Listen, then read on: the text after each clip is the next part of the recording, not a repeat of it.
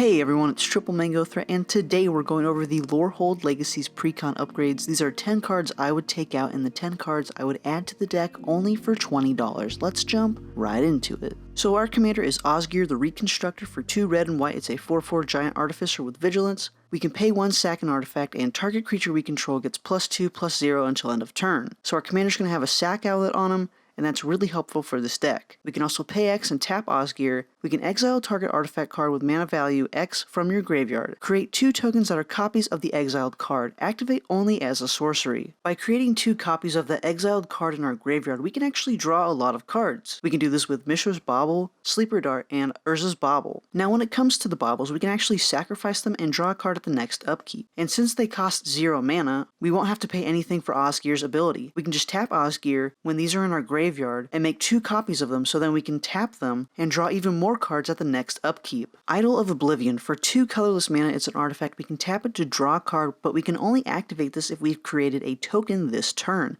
We can also pay 8 and tap it to sacrifice this, and then we can create a 10/10 colorless Eldrazi creature token. We're going to be making a lot of tokens with our commander, so I figured this was just an auto include. Or again, if we just need to sacrifice it and get that 10/10, we can still buff it with our commander by sacking more artifacts. If we do need to get artifacts from our graveyard back to our hand, we have cards like Mirror Retriever and Junk Diver. Now these both do the same thing, it's just Junk Diver costs 1 more, and it's a flying creature. So just for 2 mana and tapping our commander, we can exile this card in our graveyard and get 2 copies of it, so that means 2 triggers of getting artifacts from our grave back to our hand. As for the mana rock I wanted to add, it's Boros Signet. This is really cheap right now, it's around 35 cents, so I figure, hey, we can upgrade Boros Locket, and we're able to cast this a turn earlier, and that means casting our commander even sooner. Or again, if we can put it in our grave, we can make copies of it just for 2 mana. And we can get this in our graveyard with cards like Slowbad, Goblin Tinkerer for 1 and a red. It's a 1/2 Goblin Artificer. It's a sack outlet for artifacts, which is really helpful, and we can also make target artifact indestructible until end of turn. So this can help us kill our Mirror Retriever and our Junk Diver, because when they die, we're going to get cards back to our hand.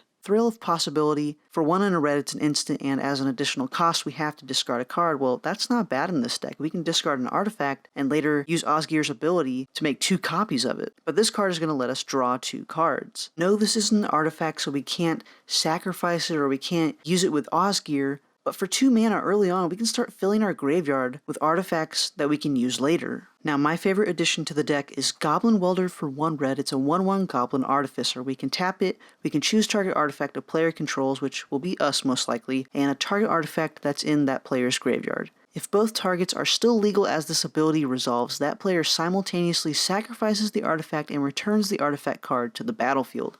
There's a lot of value we can get with this card.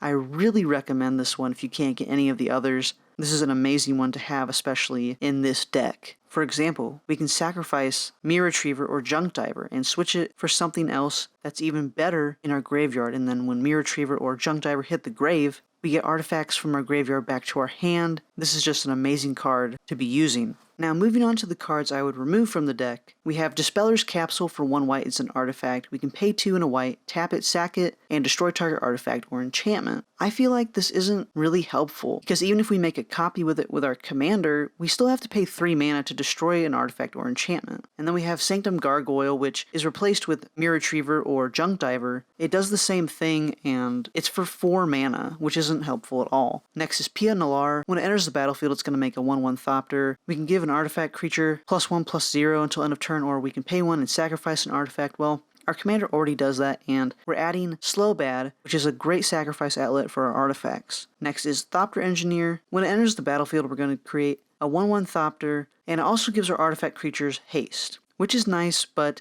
I would like to go a different direction with this deck. Jor Kadeen, the Prevailer. It has First Strike. It's going to give our creatures +3/+0 as long as we control 3 or more artifacts. I got rid of this because I feel like I can get more value out of sacrificing my artifacts, drawing more cards, and my commander already gives target creature +2/+0.